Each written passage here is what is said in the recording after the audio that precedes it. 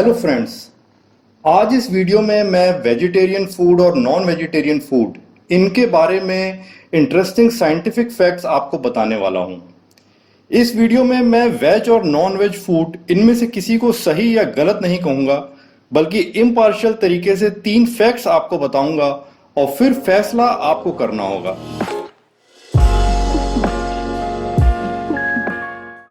ये scientific facts आपको ये फैसला करने में मदद करेंगे कि आपकी फूड हैबिट सही है कि नहीं और आपको अपनी फूड हैबिट्स में किस प्रकार के बदलाव की जरूरत है।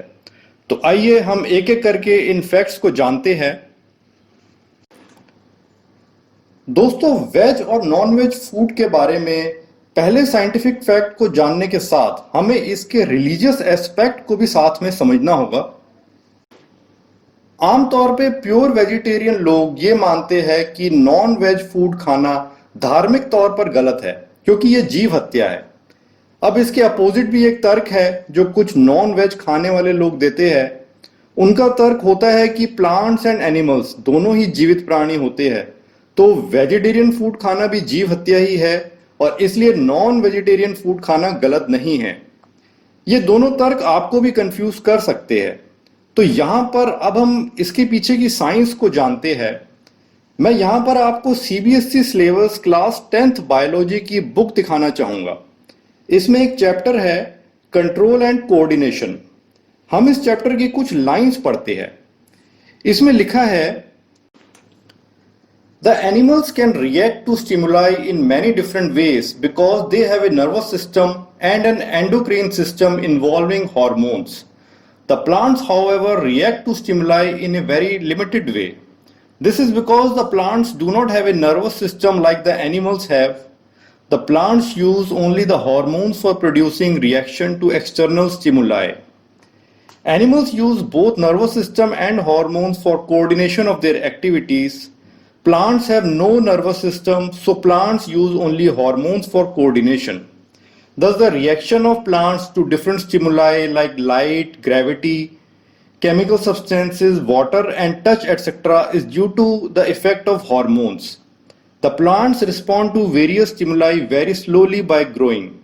So, in most of the cases, the response of a plant to a stimulus cannot be observed immediately. It usually takes a considerable time to observe the effect of a stimulus on a plant. तो friends, जो अभी हमने इस chapter में पढ़ा और इस chapter में आगे भी जो दिया है, हम उसे भी अगर पढ़ेंगे तो हम जानेंगे कि प्लांट्स में एनिमल्स की तरह brain, heart, blood, nerves, pen receptors ये सब नहीं होते। प्लांट्स का पूरा सिस्टम हार्मोन्स पे बेस होता है, जो उनकी ग्रोथ करता है और उनके बाकी प्रोसेसेस को कंट्रोल करता है। इसी कारण से जब एक प्लांट को खाने के लिए काटा जाता है और मारा जाता है, तो वो एक एनिमल की तरह ना तो उस दर्द को सोच सकता है, ना महसूस कर सकता है। एक प्लांट का ना तो खून निकलता है और ना ही वो अपनी मौत के लिए तड़पता है। वो इस बात से ही पूरी तरह अनजान होता है कि अब उसे मारा जा रहा है। ये दर्शाता है कि प्रकृति ने प्लांट्स को इस प्रकार बनाया है कि खुद कोई तकलीफ सहे बिना वो पृथ्वी के दूसरे प्राणियों को डायरेक्टली या इनडायरेक्टली भोजन दे सकता है। तो फ्रेंड्स, प्लांट्स को खाना और एनिमल्स को मार के खाना, इन दोनों को ही क्या एक ही प्रकार के जीव हत्या की कैटेगरी में रखा जा सकता है? इस साइंटिफिक फैक्ट के बेसिस पे ये फैसला आपने करना है। अब मैं आपको वेजिटेरियन और नॉन वेजिटेरियन फूड के बारे में सेकंड साइंटिफिक फैक्ट बताऊंगा। इस दूसरे फैक्ट में मैं आपको कार्निवोर्स और हर्बीवोर्स के बीच कुछ मजेदार साइंटिफिक डिफरेंसेस बताऊंगा, जिनसे शायद आप अनजान होंगे। सबसे पहले ये जान लीजिए कि मांस खाने वाले जानवर जैसे शेर, चीता, सांप, बाज इत्यादि, इन्हें साइंस में कार्निवोर्स कहा जाता है, और प्लांट्स खाने वाले जानवर जैसे गाय, बैल, हाथी, घोड़ा इत्यादि, इन्हें हर्बीवोर्स कहा जाता है। इन दोनों किस्म के एनिमल्स में एक मजेदार डिफरेंस है कि कार्निवोर्स हमेशा अपनी जीभ से पानी पीते हैं, जबकि हर्बीवोर्स और इंसान अपने मुंह से पानी पीते हैं, जीभ से पानी नहीं पीते।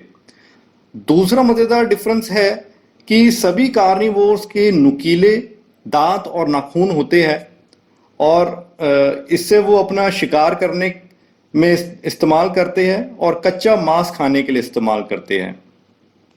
साथ ही कार्निवोर्स हमेशा कच्चा मांस खाना ही पसंद करते हैं, पका हुआ मांस खाना उन्हें पसंद नहीं है।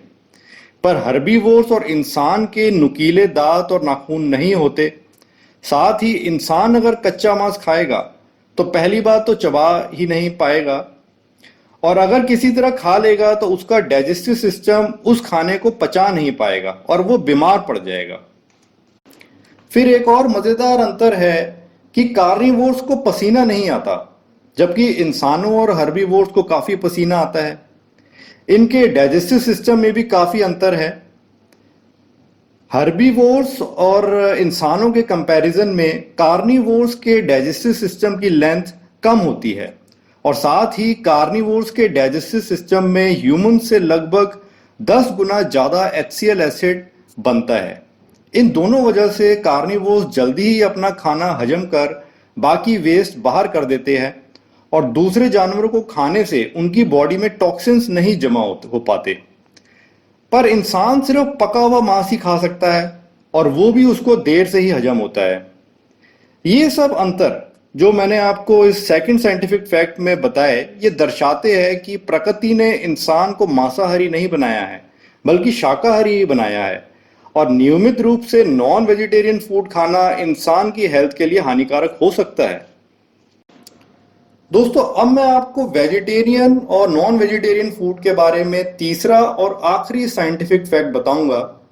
ये एक बायोलॉजिकल प्रोसेस है जिसका नाम है बायोलॉजिकल मैग्निफिकेशन। इस प्रोसेस को समझने के लिए पहले कुछ फूड चेन के एग्जाम्पल समझ लेते हैं। पहला एग्जाम्पल है जब एक मुर्गी को प्लांट बेस्ड फूड खिला के ग्रो किया जाता है और फिर उस मुर्गी को इंसान भोजन के रूप में खा जाता है, तो ये एक प्रकार की फूड चेन कहलाती है, जिसको बायोलॉजी में इस प्रकार से लिखा जाता है जैसे आप स्क्रीन पर देख रहे हैं। तो इसमें आप देख सकते हैं कि प्लांट्स को हैन ने खाया और हैन को मैन ने खाया।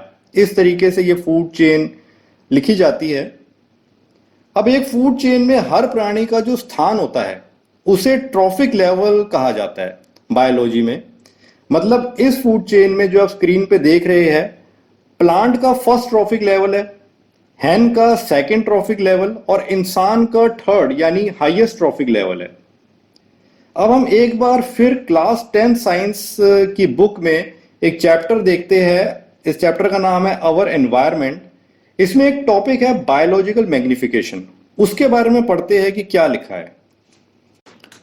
Pesticides are poisonous chemical substances which are sprayed over crop plants to protect them from pests and diseases.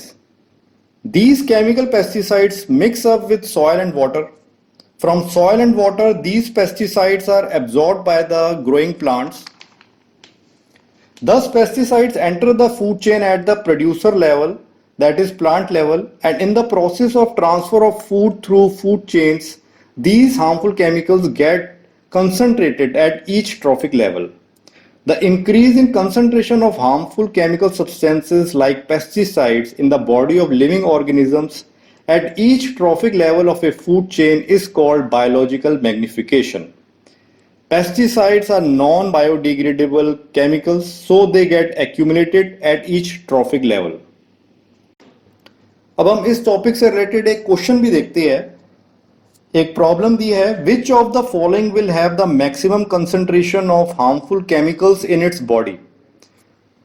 मतलब ये 5 जो प्राणी दिए हैं, peacock, frog, grass, snake, grasshopper, इनमें किसकी बॉडी में सबसे ज्यादा हार्मफुल केमिकल्स की कंसंट्रेशन पाई जाएगी। तो आंसर देखते हैं इन्होंने क्या लिखा है। In order to answer such questions we should first write the food chain. तो नीचे ये फूड चेन लिखी है। ग्रास को ग्रास हॉपर ने खाया, ग्रास हॉपर को फ्रॉग ने खाया, फ्रॉग को स्नेक ने खाया और स्नेक को पीकॉक ने खाया। तो ये एक फूड चेन हो गई। फिर ये आगे लिखते हैं, the organism which occurs at the highest trophic level on the extreme right side in the food chain will have the maximum concentration of harmful chemicals in its body. मतलब किसी भी फूड चेन में जो सबसे right side पे organism होगा, जैसे जैसे फूड चेन आगे बढ़ेगी तो उसकी बॉडी में हार्मफुल केमिकल्स की कंसंट्रेशन बढ़ने लगेगी. In this food chain, since peacock occurs at the highest trophic level on the extreme right side, therefore peacock will have the maximum concentration of harmful chemicals in its body.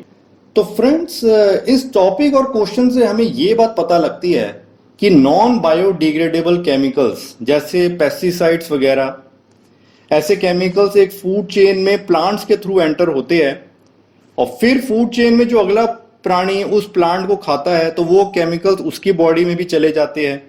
कुछ chemicals तो उसकी body से बाहर निकल जाते हैं, पर कुछ उसके बॉडी के फ्लैश पे जमा हो जाते हैं. पर इस सेकंड ट्रॉफिक लेवल में ये केमिकल्स इतना नुकसान नहीं करते.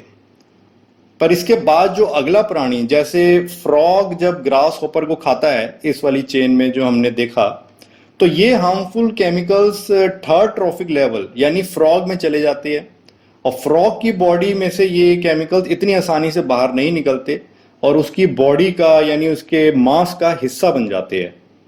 यही चेन जैसे जैसे आगे बढ़ती है तो ये केमिकल्स आगे के प्राणियों में ज्यादा इकट्ठा होने लगते हैं और उन्हें ज्यादा नुकसान करते हैं.